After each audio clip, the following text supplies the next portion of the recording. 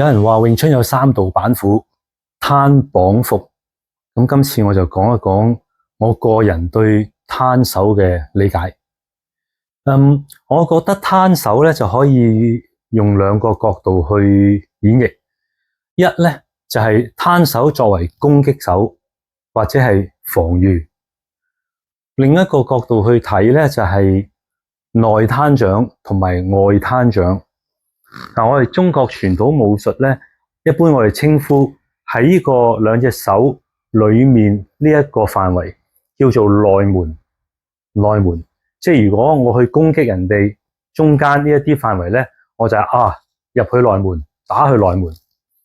咁即係話相反咧，外面嘅範圍咧就係外門。咁亦都係話我入去嘅外門，入去嘅外門。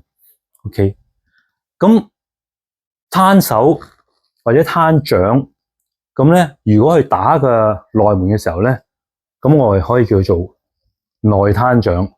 咁內攤掌咧，一般都係攻擊嘅情況用嘅，就係話當呢隻手打出去嘅時候，打出去攤掌。咁呢啲就亦都有唔同嘅叫法，有人稱之為鏟頸之類咁樣。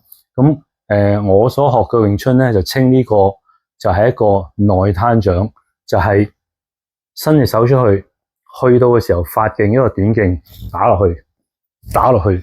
咁不論你係鏟頸又好，鏟腰又好，鏟嗰個肩胛骨都好，咁都係喺個內門打入去，內攤掌。一個內攤掌就係去到嘅時候發勁，就用呢一隻手嘅手枕咧係打落去，發勁打落去。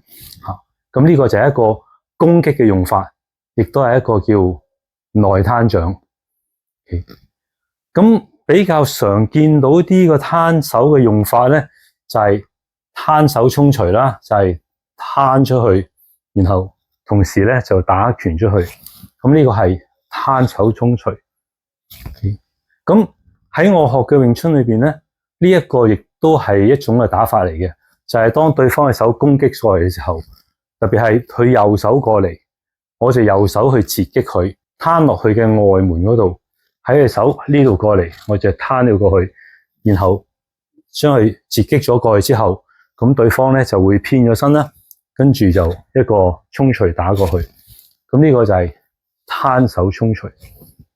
攤手衝錘，咁呢個係一種打法。你攤出去嘅時候，留意幾樣嘢。一隻手有陣時會見到會咁樣擺，咁呢個喺我另一條短片拳要鬆嗰度咧，就有講過呢樣嘢，提及過隻手究竟係揸得靚靚咁樣合起一個掌咁樣去攤啦，定係放鬆去攤。OK， 咁我喺度我唔再多講。咁但係一就係隻手嘅手勢，第二咧就係呢一個位，隻手咧係攤出去，咁嘅時候咧就係透過一個好似橫掃咁樣將對方嘅手掃咗開去。咁呢一個打法咧就係需要用到個手嘅勁同埋膊頭嘅勁，咁當然可以加埋轉馬啦，就掃佢出去，掃佢出去。咁呢個咧係需要多啲力量嘅。因為如果對方嚟嘅拳好重或者好快嘅時候咧，咁你係需要有相應嘅力量將佢掃出去，掃出去，咁你先至可以再打出去。掃出去。咁如果對方係比自己大隻，比自己力量型更加犀利啲嘅話咧，佢衝過嚟嘅時候咧，我唔夠力，我唔夠力嘅話咧，我有可能係攤唔晒，佢仍然係可以好快咁樣入咗嚟，咁可能攤咗啲。但係亦都可以照衝過嚟，咁呢個係需要力量先至可以發揮得好。呢個就攤掌轉馬偏身馬。咁喺我所學習嘅廣州詠春裏邊咧，其實個攤掌我哋練基本功嘅時候咧，就唔係練呢一個，唔係咁樣練，而係咧隻手咧係要由中轉出去。呢個係個攤掌，就係我所學嘅詠春嘅，就係咁樣攤法。隻手係喺中間一路旋轉出去，咁呢度咧就包含咗沉踭、歸中同埋一個旋轉或者叫射手，即係詠春據聞係由蛇殼搏擊嗰度演變出嚟，喺嗰度體會出嚟嘅。咁即係話隻手出嘅時候咧，係轉出去。咁呢一個打法又同呢一個打法個分別係邊咧？呢個咧就係話我打出去嘅時候咧，我係唔需要轉馬，唔需要偏身沉踭歸中出去。咁我點截擊對方嘅手咧？就係對方嘅手入嚟嘅時候咧，我係透過轉出嘅時候咧，佢嘅手咧就會已經喺我側邊過咗。咁我又試下借木莊隻手嚟用一用。好，即係細細，唔該。對方嘅手嘅拳過嚟嘅時候，我嘅手係過咗子午之後轉出去。然後我照手翻中歸中，咁對方嘅拳咧就會喺側邊度過咗。咁如果係咁衝嘅時候咧，隻拳會過咗啦。如果佢個馬手得好好嘅時候咧，嚟到呢度咧，其實我就已經截咗佢嘅拳，截咗佢嘅拳，係用我個身嘅架去將呢個拳咧截咗去我嘅外邊。咁佢嘅拳咧就唔會衝到嚟我呢度。而我呢度用嘅力咧，係唔需要用一啲法力去撞開佢，我唔需要撞開佢，我係反而係出去轉佢出去，然後用我成個身嘅架咧去守住我呢一隻攤掌。咁佢嘅力由於已經係轉咗方位，所以佢唔會咁樣將我拱喺後邊，而係我將個力咧已經係帶咗嚟側邊。呢個就係我學嘅廣州詠春咧，就係個攤掌個基本嘅功係咁樣去練。見唔見？咁就去翻個莊嗰度去演示一下，就係話對方嘅手咁樣嚟嘅時候咧，咁一個方法就係打出去，係咪？攤手打出去。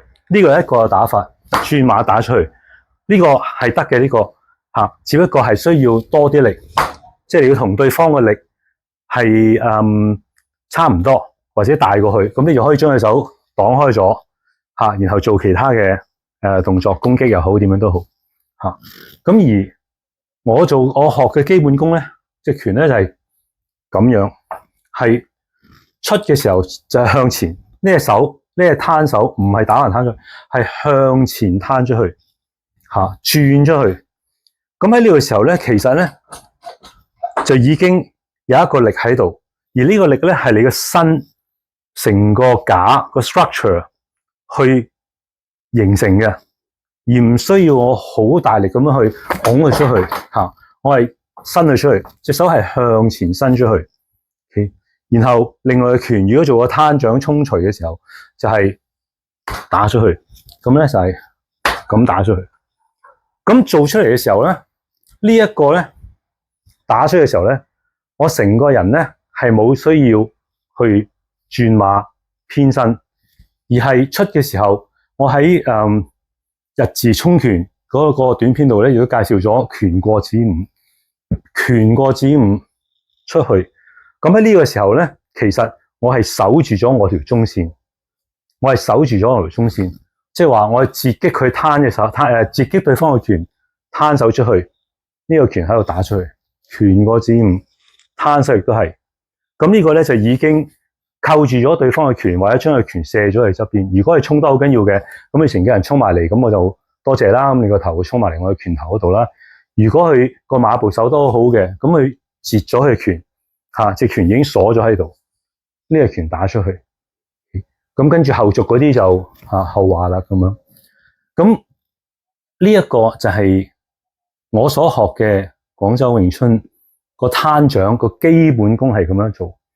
咁我練好咗個基本功之後咧，到真係臨陣應變、千變萬化嘅時候咧，咁當然係可以有唔同嘅用法，走位啊等等咁樣。咁呢個就係話當嘅攤手。作為一個防守嘅時候，一般嚟講咧，我哋都會係攤對方嘅外門，咁你先至可以攞執佢個位。